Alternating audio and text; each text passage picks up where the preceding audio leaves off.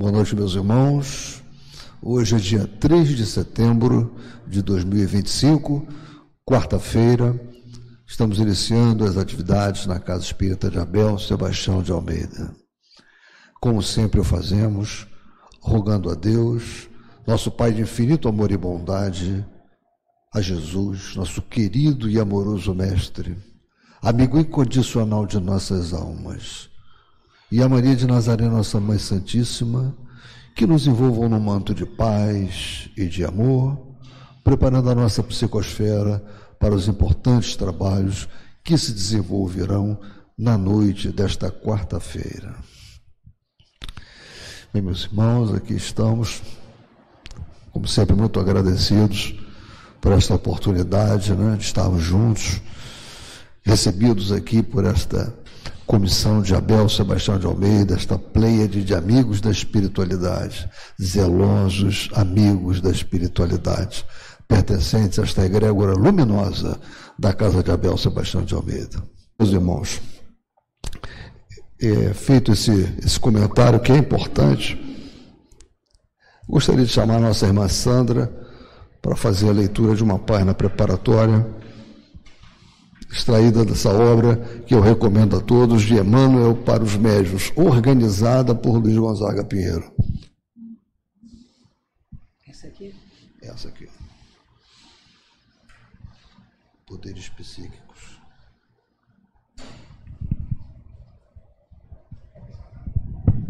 Boa noite, meus irmãos. Do livro Emmanuel para os Médiuns, de Luiz Gonzaga Pinheiro. Poderes psíquicos. Autoridades eminentes em assuntos do espírito desaconselham a educação da mediunidade, alegando que o desenvolvimento dos poderes psíquicos oferecem perigo ao candidato, seja por exaurir-lhe a força nervosa ou por situá-lo na vizinhança das esferas inferiores do mundo espiritual. Não obstante, o respeito que nos merece a presença edificante dos investigadores da verdade que adotam semelhante atitude, é preciso compreender que nós achamos à frente da energia medianímica na mesma posição daqueles que se surpreenderam um dia perante a eletricidade ou a roentgenterapia.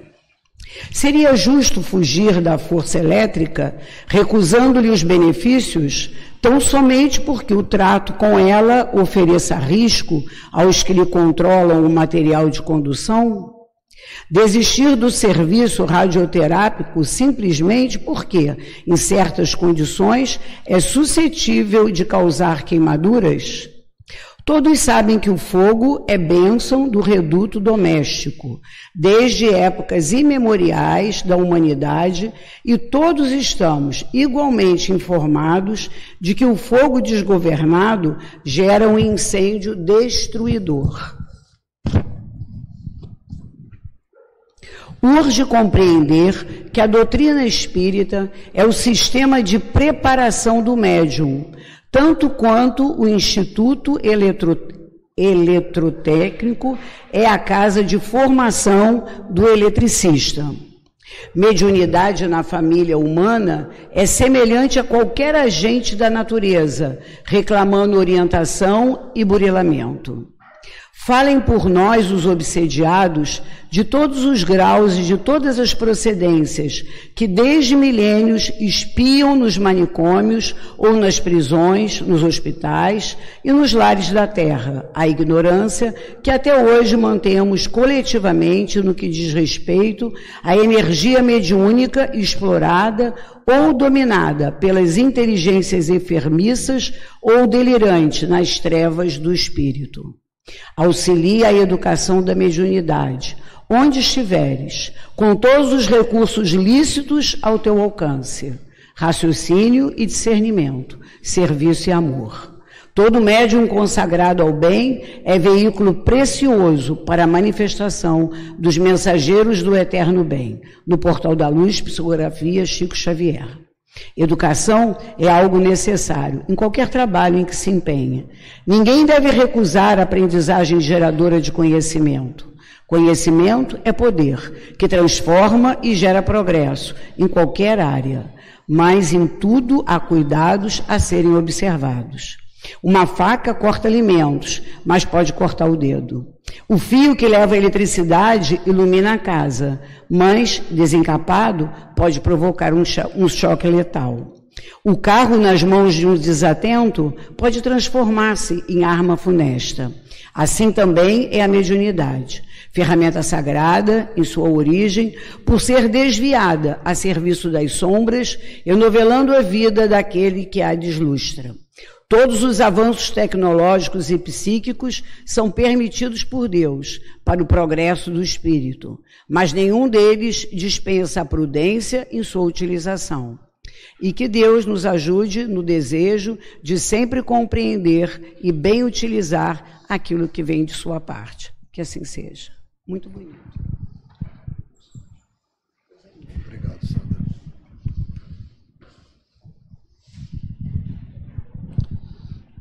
Uma mensagem maravilhosa, né? Para nós pensarmos, refletirmos. Emmanuel, com o seu poder de síntese, ele é fantástico para nos trazer as informações.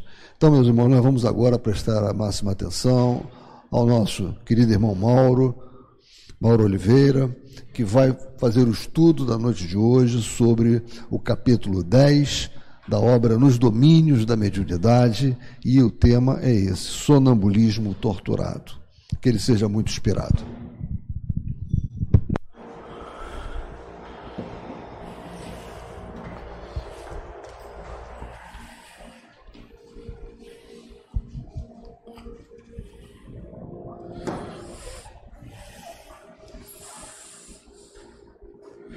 Boa noite, meus irmãos. Que a paz, o amor do nosso Mestre Jesus estejam em nossos corações. Que a espiritualidade maior possa nos inspirar, nos intuir no que for possível. Capítulo 10, Sonambulismo Torturado, do livro Nos Domínios da Mediunidade. Lembrando que fizemos aqui o capítulo 4, ante o serviço, e naquele capítulo existia uma obsessão do encarnado para os desencarnados. Era um ponto, digamos, quase que central daquele capítulo. E nesse, entretanto, vai ser também um aspecto de uma obsessão, mas de um desencarnado para um grupo, para um casal. Então vamos seguir aqui no texto. Nós fomos recebidos, né, Hilário e André, por Clementino Generoso, que nos aproximou de jovem senhora concentrada em oração, seguida por distinto cavalheiro na pequena fila dos enfermos que naquela noite receberiam assistência. Afagando-lhe a cabeça, o supervisor notificou: favoreceremos a manifestação de infeliz companheiro que a vampiriza, somente com o objetivo de socorrê-lo, mas também com o propósito de estudarmos alguma coisa com respeito ao sonambulismo torturado. É importante a gente frisar aqui, o casal estão encarnados. A espiritualidade vai favorecer uma manifestação dessa moça, que é médium, né? E que é extremamente assolada por esse espírito que a vampiriza. Quando a gente fala de sonambulismo, a gente só relembra que é um fenômeno anímico, é uma emancipação da alma, né? E que há nessa emancipação o chamado desdobramento. Ela é médium também. E se torna importante frisar que sonambulismo, todo sonâmbulo, né, não necessariamente será um médium sonambúlico, mas o inverso ocorre. Todo médium sonambúlico, ele é sonâmbulo, né? Então há uma espécie de desdobramento, apesar que a gente vai perceber aqui no texto que as reações que ela tem ou terão aqui através do texto, ocorre sem ela estar em desdobramento, porque a imantação desse irmãozinho em relação a ela é muito forte. E isso ocorre de uma maneira muito tranquila, entre aspas, natural. E ele nos explica que ambos são marido e mulher no enlace de provação redentora. Então o casal, os dois estão unidos ali com o objetivo de reparação. Tá? E aí, eu sei que não é o ponto principal do tema, a gente foi lá no Estudando a Mediunidade, Martins Peralva, no capítulo 18, Espiritismo e Lar, que fala sobre a classificação dos casamentos. Então ele nos coloca que tem os casamentos que são os acidentais, encontro de almas inferiorizadas por efeito de atração momentânea, sem qualquer ascendente espiritual. Me atrevo a dizer que é o que ocorre muito hoje em dia em função da importância que se dá ao aspecto exteriorizado, ao aspecto da sexualidade. Isso me faz lembrar, no livro Evolução, Sexo e Evolução, de Walter Barcelos, que ele faz também uma progressão, né, em relação ao instinto sexual. E então ele inicia com o desejo, a posse, que tem muita característica para esses casais que se unem apenas por aquilo que é fútil, temporário, né? Que é às vezes a beleza apenas física, né?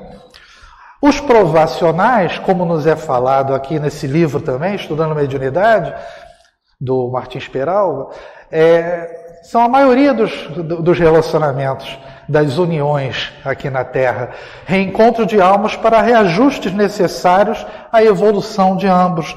Talvez, ou quase sempre, com experiências anteriores em outras reencarnações, algo que foi feito em relação um ao outro, não saiu muito certo, retornam para poder aparar as suas arestas, resolver talvez os grandes problemas, né? Sanar algumas situações, né? Adquirindo pouco a pouco a questão do amor realmente mais pleno, né? Não necessariamente o amor, e não deve ser assim, não será e não é em relação ao aspecto físico, né? O amor sincero, aquele amor incondicional, né, que nós devemos ter ou vamos conquistar ao longo da nossa trajetória, independente de ser com a nossa parceira ou parceiro, mas em relação a todos os irmãos, que é o que nós somos, né? Sacrificiais, reencontro de alma iluminada com a alma inferiorizada, com o objetivo de redimi-la, né? Então, alguém que se une ali ao outro, está num patamar um pouco melhor para dar uma melhorada naquele que está junto, né, nessa união. Os afins, reencontro de corações amigos para consolidação de afetos, né? Confirmar aquilo que já conquistaram durante, às vezes, várias existências. Os transcendentais, almas engrandecidas no bem e que se buscam para realizações imortais. Apenas comentei e me veio na reflexão a ideia de colocar isso, porque o caso desse casal é exatamente provacional, a união pela história que eles têm. E a gente vai perceber mais no final do capítulo. Os guardas espirituais permitiram o acesso do infortunado amigo. Então, não é algo que é livre, né? Tem que ter uma certa autorização, liberaram e vão ter, né, na verdade, vai existir uma dialogação ali com esse irmãozinho. Achamos-nos positivamente frente a frente com um louco desencarnado. Olhar turvo, fisionomia congesta, indisfarçável inquietação. Ele se apresentava com a característica de uma cabeça ferida, mostrava extensa úlcera na garganta, o que a gente vai perceber mais à frente vai provocar, quando essa moça esboça verbalmente a característica de uma rouquidão. Tá? A simpática senhora começou a gritar, transfigurada. O transfigurada aqui não é que ela tomou, como a gente viu no livro dos médiuns, a fisionomia do obsessor, não. Mas no sentido da agitação que foi provocada por essa incorporação ou manifestação. A imantação, como eu falei, era tão forte que ela trazia características do que esse obsessor sentia. Daí também a questão do sonambulismo torturado, porque isso era um processo, não só naquele momento que foi permitido essa manifestação, mas durante toda a sua caminhada encarnatória, desde o início. Era ela própria, não se afastar espiritualmente do corpo, não houve necessariamente um desdobramento, era ela própria a contorcer-se em pranto convulsivo, envolta, porém, no amplexo fluídico da entidade que lhe empolgava o campo fisiológico integralmente. Ela estava dominada por ele. Não foi necessariamente, não existiu necessariamente um desdobramento, tá? Raul, sob o comando de Clementino, abeirou-se da dupla em aflitivo reencontro e aplicou energias magnéticas, passe, sobre o tórax da médium, que conseguiu expressar-se em clamores rolfenhos, característica do obsessor. Não te perdoarei, disse o mentor, não te perdoarei. Mas eu vou ler anteriormente. Filha desnaturada, criminosa, criminosa, nada te salva, descerás comigo às trevas para que me partilhes a dor. Não quero socorro, quero estar contigo para que estejas comigo. Não te perdoarei, não te perdoarei. Eu grifei porque é uma característica dos obsessores que se apresentam de um modo geral na nossa mesa de dialogação aqui, né? Histórias antigas que não são ainda, né, aceitas de uma maneira que deveria ser compreendida, mas a gente entende o porquê não, né? E há essa reação.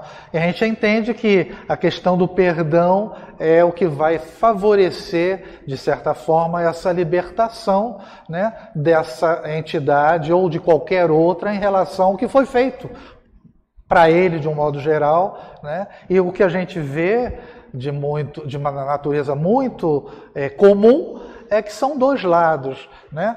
Um está sofrendo a influência do obsessor agora, mas o outro não é santinho, alguma coisa fez para que esse tivesse essa reação. É uma troca, né?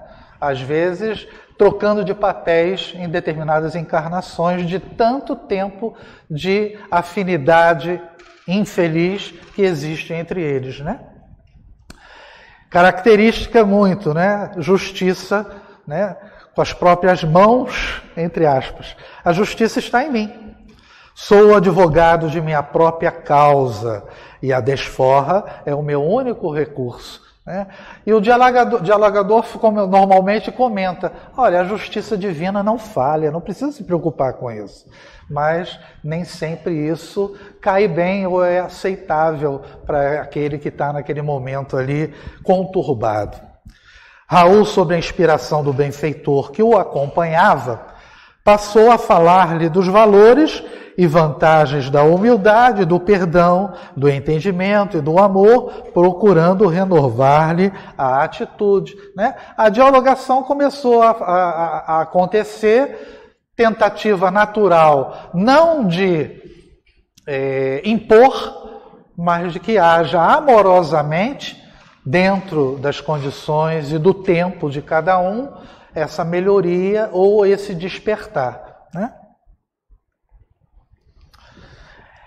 Aulus acentuou, é um caso doloroso como o de milhares de criaturas, né? A gente observa, pode ser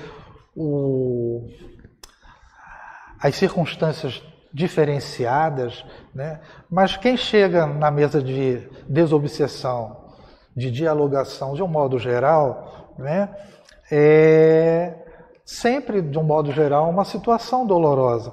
Seja pela situação de não se reconhecer ainda no plano espiritual, seja por ainda estar sofrendo os efeitos ainda da matéria, como se ela ainda existisse, né? Fruto da persistência ou da importância que se deu quando encarnado, ou seja, pelo ódio, pela raiva, pela vingança, né? Pela não aceitação, às vezes momento doloroso porque não se consegue se desvencilhar daqueles que ele deixou na terra e que os amava e continua amando, é natural. Quando o sentimento é sincero, é verdadeiro, não se perde. Então, está na espiritualidade, está sentindo saudade, está sentindo falta daquele que deixou aqui, e às vezes fica próximo, às vezes nem por culpa dele, né? Como a gente viu no capítulo 4, o encarnado é que provocava essa aproximação,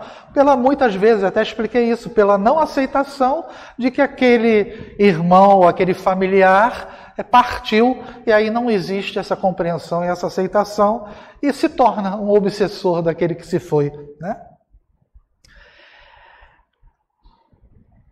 Vê-se bem que é a nossa própria irmã quem fala e gesticula. Sim, entretanto, encontra-se imantada ao companheiro espiritual, cérebro a cérebro. Aí acabou tudo. Está cérebro a cérebro, a influência está quase que completa. Porque ali nessa região, a gente vai ver uma figura, né, apenas ilustrativa,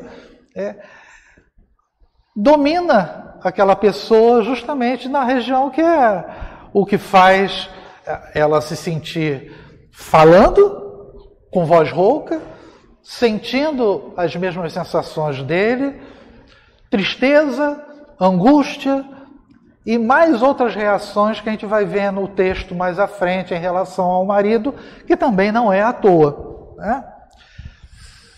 Poderá, todavia, recordar-se com precisão do que lhe sucede agora? De modo algum, né? Aqui a gente já associa um pouco a questão do sonambulismo, porque o sonâmbulo não lembra daquilo que ocorreu enquanto ele está no desdobramento. E também o médium sonambúlico, em função desse desdobramento, também não se lembra. No caso aqui, como foi comentado, não houve necessariamente esse desdobramento, mas a imantação é tão grande que ela está, em questão de memória, ela está dominada também em relação a esse espírito, né? De modo algum tem as células do córtex tem as células do córtex cerebral totalmente destrambelhadas pelo desventurado amigo em sofrimento. Nos transes em que se efetua a junção mais direta entre ela e o perseguidor, dementado, cai em profunda hipnose, qual acontece à pessoa magnetizada nas demonstrações comuns de hipnotismo, e passa de imediato a retratar-lhe os desequilíbrios. O capítulo anterior foi um capítulo que falava sobre a possessão. Temos isso daqui de característico. Não tem o desdobramento, mas ela está hipnotizada pelo obsessor, tá? E transmite esse desequilíbrio todo naquela transfiguração que a gente foi comentado anteriormente, pela raiva, pela maneira como se comportou quando o obsessor assumiu ali. Eu acabei não comentando naquela ocasião, eles estão encarnados e foi favorecido, né? A gente observa que nas casas espíritas o trabalho de dialogação, ainda sou viciado em falar desobsessão, mas hoje em dia se usa outro nome. Mas o que acontece? Não é sugerido que a pessoa que vai ser atendida, a encarnado, assista o trabalho de desobsessão, não à toa. Aqui no caso é uma exceção. Foi feito, permitiu-se e está existindo a dialogação, né, pelo Raul, pelo presidente.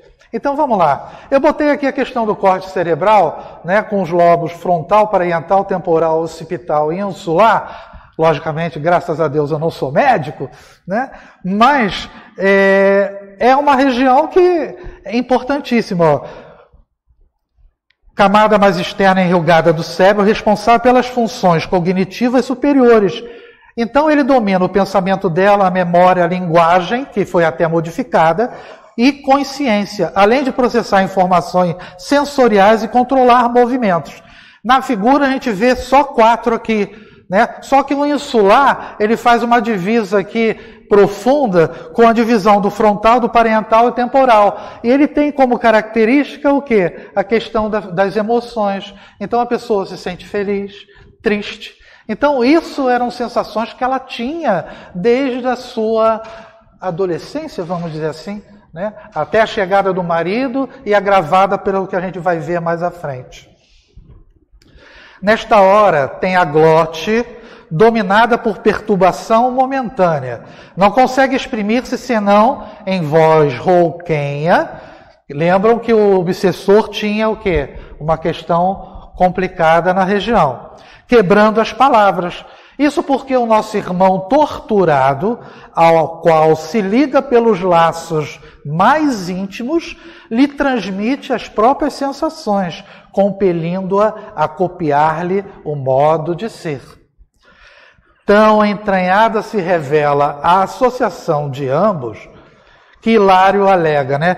Que sou levado a indagar de mim mesmo se na vida comum não serão eles, a bem dizer, 2 almas no só corpo, né? A questão do condomínio espiritual que a gente tanto comentou, né, em diversidade, e novamente comentamos no anterior, né, no capítulo.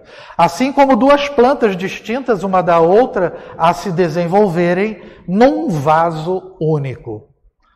Na experiência diária, vulgar, não será nossa irmã constantemente influenciada de maneira positiva, embora indireta, pelo companheiro que a obsedia?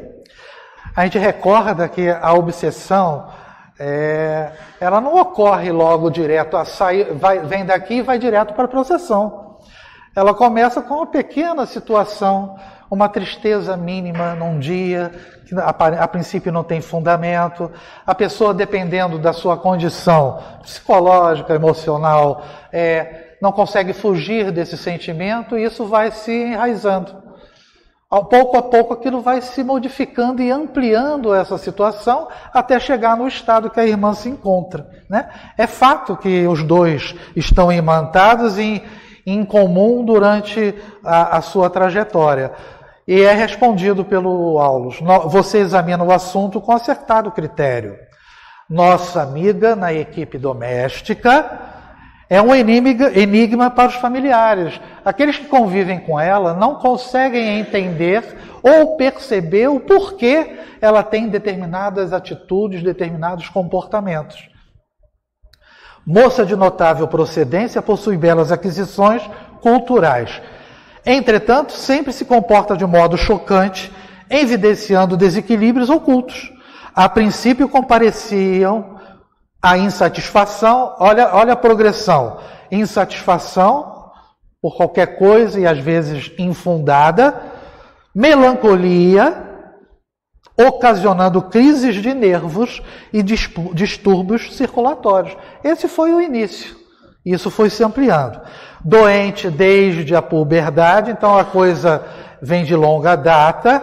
Em vão, opinaram clínicos de renome sobre o caso, até que um iluminado cirurgião, crendo-a prejudicada por desarmonias da tireoide, submeteu-a à delicada intervenção, da qual saiu com seus padecimentos inalterados. Quer dizer, teve uma cirurgia, não resolveu nada, a obsessão continuou, lógico que continuou, e ampliou mais o problema, quer ver?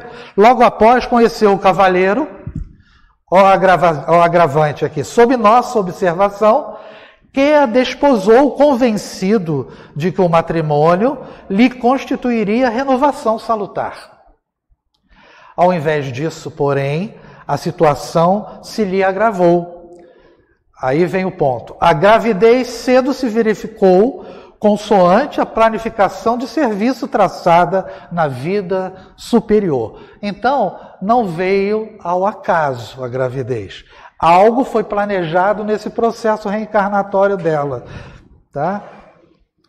Mas nossa irmã doente deveria receber esse perseguidor nos braços maternos, afagando-lhe a transformação e auxiliando-lhe a aquisição de novo destino, mas sentindo-lhe a aproximação, recolheu-se a insopitável temor, adiando o trabalho que lhe compete. Então ela ia ser um instrumento de melhoria para esse obsessor.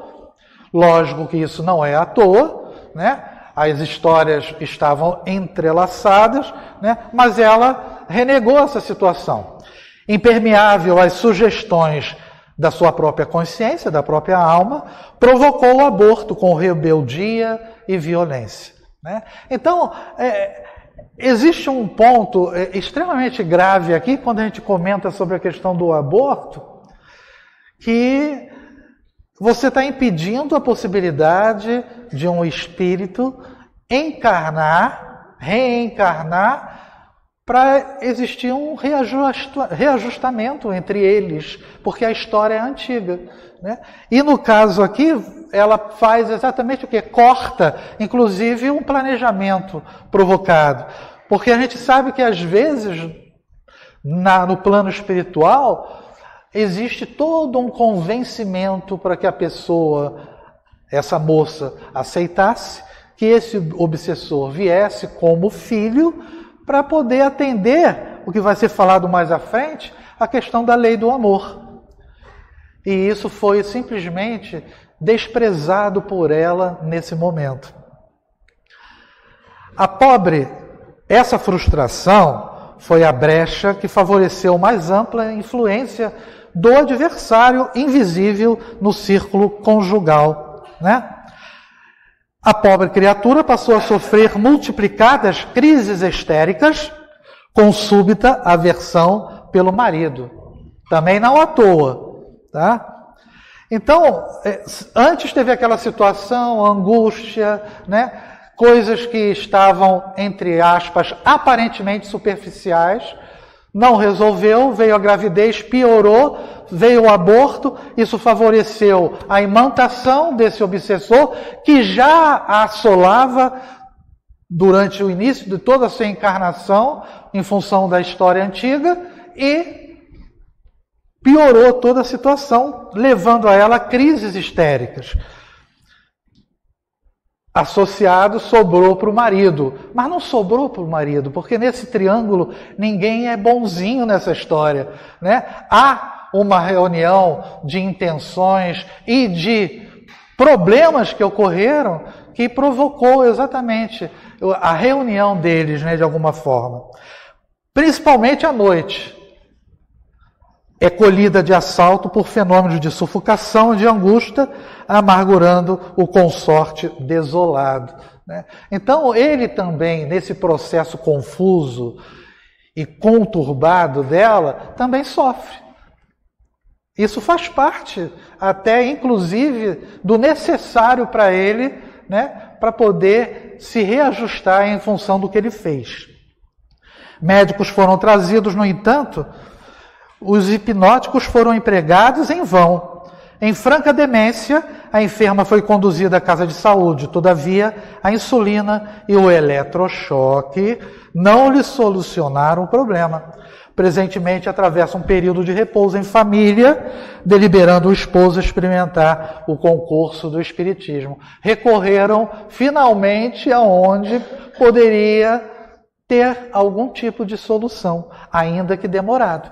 Porque há processos obsessivos, como o caso aqui, que não é da noite para o dia que isso vai ser solucionado. Quantas vezes o mesmo irmãozinho surge aqui na mesa de dialogação, várias vezes até que se esgota, vamos dizer assim, né? Se cansa, porque a espiritualidade ela não vai com pau e ferro na cabeça de obsessor nenhum, mas a amorosidade, o carinho e a percepção que eles passam a perceber, a ter, de quanto eles são recebidos de maneira carinhosa, e que a gente não ganha, a gente que eu digo, nem os encarnados médiuns, nem a espiritualidade ganha nada com essa atitude, a não ser o quê? O desejo de que ele se modifique. Não tem como essa semente, pouco a pouco, chegar neles, no coração, né? Na questão do sentimento. E aí depende muito também do dialogador conduzir para afetar emocionalmente esse irmão naquilo que possa ser o início de uma libertação. Falar sobre aqueles que o amavam é uma possibilidade. A mãe ou o pai, se ele hoje é um verdugo, entre aspas, alguém o amou em algum momento. E a sua condição atual faz com que esses se afastem. Apesar que à distância, muitos são o que pedem, e ele surge aqui na mesa não à toa também, né? Então, o Espiritismo é uma grande oportunidade que essa condição possa ser resolvida. Enquanto Silvio e Clementino procuravam sossegar a médium e o comunicante, reunidos numa simbiose de extremo desespero, Hilário e eu continuávamos famintos de esclarecimento maior. E se ela conseguisse nova maternidade? Sim, o Aulus concordou, né? Semelhante reconquista ser-lhe-á uma bênção, contudo, pela trama de sentimentos contraditórios em que se emaranhou, na fuga das obrigações que lhe cabem, não pode receber de pronto esse privilégio. Ela danificou o órgão genésico dela, o centro genésico. E aí não é de uma hora para outra que ela vai poder retornar a ter essa condição da maternidade, né? E aí a gente vai, nesse livro que Emmanuel nos coloca, em Estude Viva, vai refletir sobre essa situação, né? Golpes duplos é a mensagem. Só o finalzinho dela. Toda vez que desertamos sem claro motivo do dever que nos cabe, estragamos a confiança naquele que nos procuram ação ou cooperação, frustrando de algum modo a harmonia de carecem na sustentação da própria tranquilidade. O que é que ela fez quando fez o aborto? Frustrou o obsessor? Se autopuniu, porque o golpes duplos aqui, ele tem tudo a ver com a história, porque ela duplamente, entre aspas, mata esse mesmo obsessor. E a gente vai ver pela história. Efetivamente, somos responsáveis pelo mal que praticamos e pelo bem que deixamos de fazer, sempre que dispomos de recursos para fazê-lo. Foi dado o recurso a ela do quê? Da gravidez. O planejamento anterior. Então, o que houve foi o quê? Uma repulsa, né? E que é algo muito comum, né? E ao lado das culpas que trazemos por ofensas declaradas ou por omissões em serviço, temos ainda as que nascem dos golpes duplos que desferimos, sobre os quais raramente meditamos. Aqueles do mal que causamos aos outros, que ela causou a ele, e depois de causá-lo a nós mesmos, né? Então, ela fez algo para esse irmão que hoje é o seu obsessor e sofre por isso também. Aquela ideia de todo mal que você faz retorna é uma verdade. A posição de alienada mental não nos retira os favores da natureza, mas a crueldade meditada com que se afastou dos compromissos assumidos imprimiu certo desequilíbrio ao centro genésico, né? Responsável pela reprodução, pelo aspecto da sexualidade. Nossas defecções mais íntimas, embora desconhecida dos outros, prejudicam-nos o veículo sutil e não podemos trair o tempo nas reparações necessárias, ainda mesmo quando o remorso nos ajude a restaurar as boas intenções, ainda que haja o arrependimento, o remorso, a necessidade de quê? De reparação, de expiação. Então tudo isso é aquele processo que a gente já conhece. A perfeita entrosagem dos elementos psicofísicos filia-se à mente. A vida corpórea é a síntese das irradiações da alma. Não há órgãos em harmonia sem pensamentos equilibrados, como não há ordem sem inteligência. Ora, e aqui eu botei grande de propósito, porque tudo parte daquilo que a gente pensa. Né? As nossas ações, os nossos problemas, os nossos erros, as nossas escolhas, tudo isso é fruto do nosso pensamento desequilibrado, influenciado muitas vezes, mas a gente não pode botar só a culpa em quem nos influencia, porque a porta aberta, deixada, ou a brecha, somos nós que fazemos, né? E deixamos. Peguei uma citação aqui do Pensamento e Vida, no capítulo 15, Saúde, né? Porque não há órgãos e harmonia se o pensamento não estiver equilibrado, isso é uma realidade. Então a nossa saúde física depende da nossa saúde mental, estando ela cada vez mais espiritualizada, com certeza. Nossas emoções doentias mais profundas, nos diz Emmanuel, quaisquer que sejam, geram estados enfermiços. Os reflexos dos sentimentos menos dignos que alimentamos voltam-se sobre nós mesmos, depois de convertidos em ondas mentais, tumultuando o serviço das células nervosas, que, instaladas na pele, nas vísceras, na medula e no tronco cerebral, desempenham as mais avançadas funções técnicas. Acentue-se ainda que esses reflexos menos felizes, em se derramando sobre o córtex encefálico, produzem alucinações, acontecia isso com ela, que podem variar da fobia oculta, a loucura manifesta, achavam que ela estava louca, né? É um caso de obsessão, pelas quais os reflexos daqueles companheiros encarnados ou desencarnados, que se nos conjugam ao modo de proceder e de ser, nos atingem com sugestões destruidoras, diretas ou indiretas, conduzindo-nos a deploráveis fenômenos de alienação mental na obsessão comum. Não é o caso dela. Ainda mesmo quando no jogo das aparências possamos aparecer como pessoas espiritualmente sadias. Ela já se demonstra, ou sempre demonstrou, uma pessoa confusa, conturbada. Não é uma obsessão comum. Então, o pensamento dela, influenciado pelo obsessor, está completamente, entre aspas, dominado, né, por essa história. Não nos esqueçamos, assim, de que apenas o sentimento reto, esqueci de separar, pode esboçar o reto pensamento, sem os quais a alma adoece pela carência de equilíbrio interior, imprimindo no aparelho somático os desvarios e as perturbações que lhe são consequentes. Então o perispírito nosso, né, fica ali aquele pontinho enegrecido, a doença, em função do pensamento, vai refletir no nosso corpo, né? A saúde nossa física depende dessa saúde ou higienização dos nossos pensamentos. Para mim não há recurso, diz, né? Sou um renegado, o obsessor.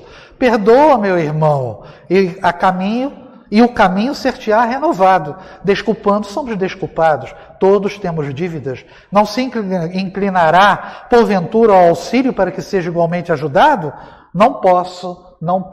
Inicialmente há sempre esse distanciamento, uma negação. Aos poucos isso se modifica, né? Mas o dialogador está ali o tempo todo para poder ser persistente no carinho.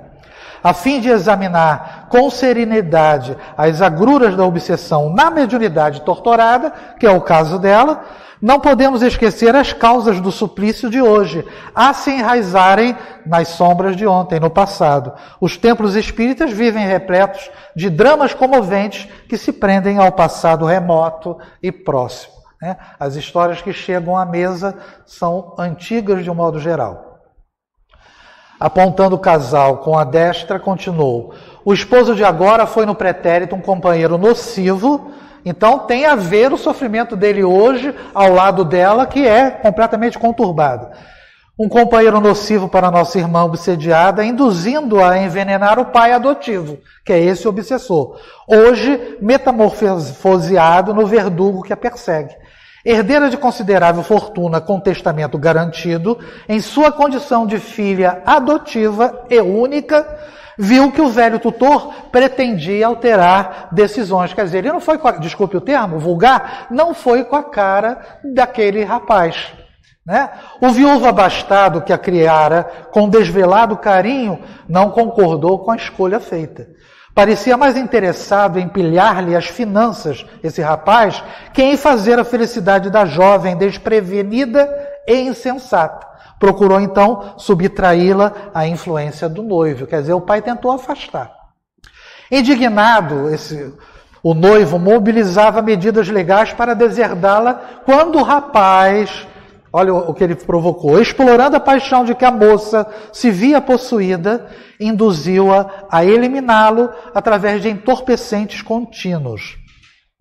Anulado o velhinho por 2 semanas de falsa medicação, o serviço da morte foi completado por diminuta dose de corrosivo.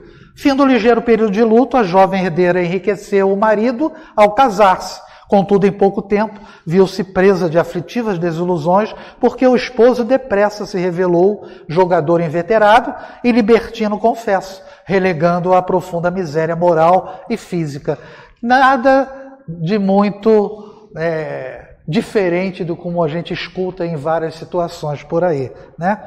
O tutor desencarnado imantou-se a ela com desvarada fome de vingança, submetendo-a a horríveis tormentos íntimos.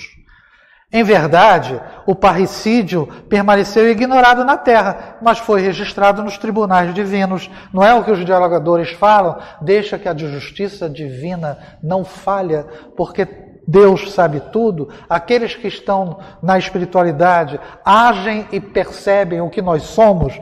Então, aquilo não vai ficar impune. A lei de causa e efeito vai ser colocada em prática, como já está sendo colocada, o marido já está sofrendo ao lado dela, né? E tudo isso vai se reajustar no futuro. Lógico que é sempre muito complicado. Longo trabalho expiatório vem sendo levado a efeito, porquanto ainda aqui estamos observando esse trio de consciências entrelaçadas nos fios dilacerantes da provação redentora. Seria, mais redentor ainda se ela não tivesse abortado. Como vemos, a tragédia de nossa irmã enferma vem de longe.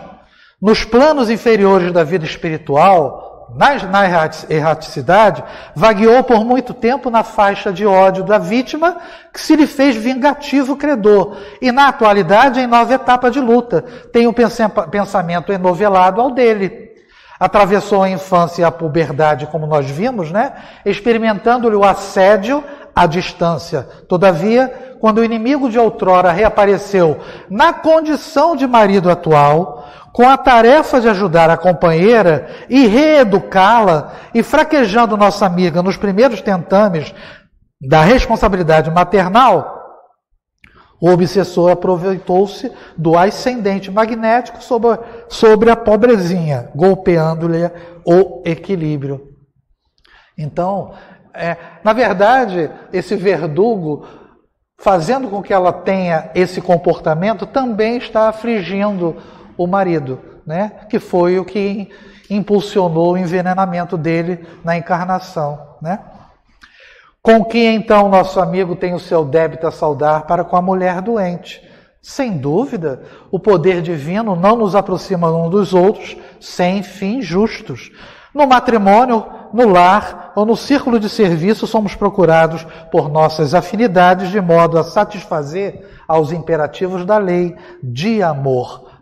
Então, nós estamos juntos aqui, unidos, marido, mulher, irmão, filho, tio, não importa.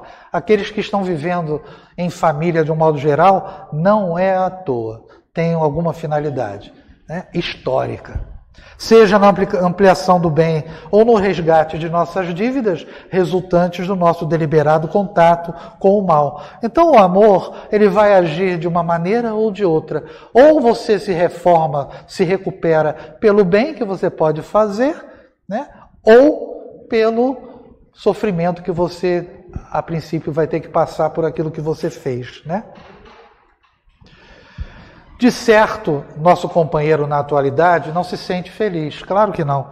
Recapitulando a antiga fome de sensações, abeirou-se da mulher que desposou, procurando instintivamente a sócia de aventura passional do pretérito. Mas, como a gente havia dito antes, encontrou a irmã doente que o obriga a meditar e a sofrer. Então, quando a gente vê, às vezes, uma situação triste, sofrimento doloroso, às vezes prolongado, aquele que está aí ao lado dessa irmã, no caso ele, não está ali à toa. A prova, às vezes, em determinadas situações, às vezes é maior, não é o caso, mas é maior para aquele que está do lado do que aquele que está sofrendo, às vezes, ali, a doença, vamos dizer assim, né? Ainda mais se você sofre com dignidade a dor e essa doença, né? Isso faz com que você esteja se recuperando, né? Transferindo nossos interesses de estudo para este caso, ainda assim poderemos classificar a enferma a conta de médium. É claro que é, né? Como não? É um médium em aflitivo processo de reajustamento. É provável se demore ainda alguns anos na condição de doente, necessitada de carinho e de amor. Encarcerada nas teias fluídicas do adversário demente, purifica-se através das complicações do sonambulismo torturado. Então o processo é contínuo, de sofrimento contínuo, mas que vai se purificando. Desse modo, por enquanto, é um instrumento para a criação de paciência e boa vontade no grupo de trabalhadores que visitamos, mas sem qualquer perspectiva de produção imediata no campo de auxílio, de vez que se revela extremamente necessitada de concurso fraternal. É médium, mas é uma médium doente. Então ela não vai se recuperar rapidamente, não vai ter condições de trabalhar positivamente na mediunidade enquanto não tiver tudo serenado, né? Provavelmente nessa encarnação não, às vezes. Né? Naturalmente, porém, mesmo agora a presença dela aqui não será inútil. Claro que não, né? Cada visita que você vem à casa espírita recebendo ou assistindo uma palestra, um estudo, você está se renovando ali, principalmente quando você abre o seu coração para esse tipo de possibilidade, né? Ele fala, de modo algum, primeiramente ela e o esposo constituem valioso núcleo de trabalho em que nossos companheiros de serviço podem adestrar suas qualidades de semeadores da luz. Além disso, aí a importância da doutrinação. O impacto da doutrinação não é perdido. Noite a noite, de reunião a reunião, na intimidade da prece e dos apontamentos edificantes, o trio de almas renovar-se-á pouco a pouco. O perseguidor compreenderá a necessidade de perdão para melhorar-se. A enferma fortalecer-se-á em espírito para recuperar-se como é preciso. E o esposo adquirirá a paciência e a calma a fim de ser realmente feliz. Então a possibilidade de reajustamento, ela existe. Agora, depende de um esforço de vontade de cada um aqui no processo, né? Quando nosso irmão Clementino convocou-nos a observar o problema, indubitavelmente quis salientar os imperativos de trabalho e tolerância, compreensão e bondade para construirmos a mediunidade completa no mundo, né? Médiuns repontam em toda parte. Entretanto, raros já se desvencilharam do passado sombrio para servir no presente a causa comum da humanidade, sem os enigmas do caminho que lhes é particular. Então, todos nós, vou dizer por mim, né, para não colocar um peso sobre vocês, né, todos nós que temos um passado não muito branquinho, né, não muito branquinho, isso para amenizar na fala, né? A mediunidade talvez não possa ser tão Chico Xavier, né? Há um processo nesse tempo todo de recuperação nossa. A instrumentalidade nos é colocada, temos a boa vontade, o esforço, mas às vezes a limitação vem de encontro a essas dificuldades sombrias do passado, dificuldades sombrias que muitas vezes permanecem nos influenciando na atualidade, porque Mauro cai, não digo vocês, estou falando por mim. Então, se eu caio e sendo médium, minha mediunidade não pode ser tão maravilhosa assim, apesar da vontade de realizá-la de uma maneira melhor. Então nós temos essa dificuldade e essa limitação, infelizmente. Faz parte. E como ninguém avança para adiante com a serenidade possível, sem pagar os tributos que deve à retaguarda, saibamos tolerar e ajudar, edificando com o bem. Sabemos tolerar o quê? Só o outro? Não, tolerar a gente também. Porque nós não somos fáceis, né? E a consciência nossa pesa o tempo todo, né? Hã? Ah, sim. Mas às vezes a gente quer fugir desse autoconhecimento, né?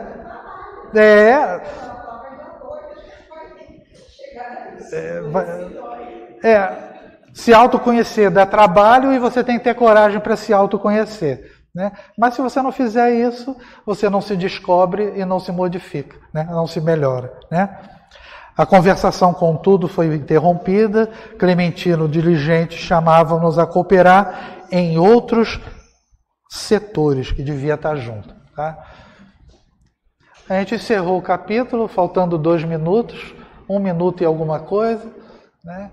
Alguém quiser falar alguma coisa, a gente está aqui. Achei interessante no capítulo, porque não necessariamente está falando sobre sonambulismo, e quando você fala de sonambulismo, raciocina com um desdobramento um pouco mais acentuado, né? Porque como é uma emancipação da alma, o sonho é considerado um sonambulismo imperfeito, né? E o sonambulismo propriamente dito, aquele normal que porventura tenhamos durante o sono, aqueles que têm essa característica, ele é mais prolongado que você não lembra do que ocorreu. Mas aqui houve a imantação tão forte, né, de ligação tão presente desse irmãozinho que ela não precisou nem se desdobrar. Ele estava sempre junto com ela o tempo todo, assediando seus pensamentos e o seu cérebro de um modo geral, que era por onde ele afligia, né, o tempo todo, tá? Eu agradeço a paciência, uma boa noite, muita paz a todos, né, e que a espiritualidade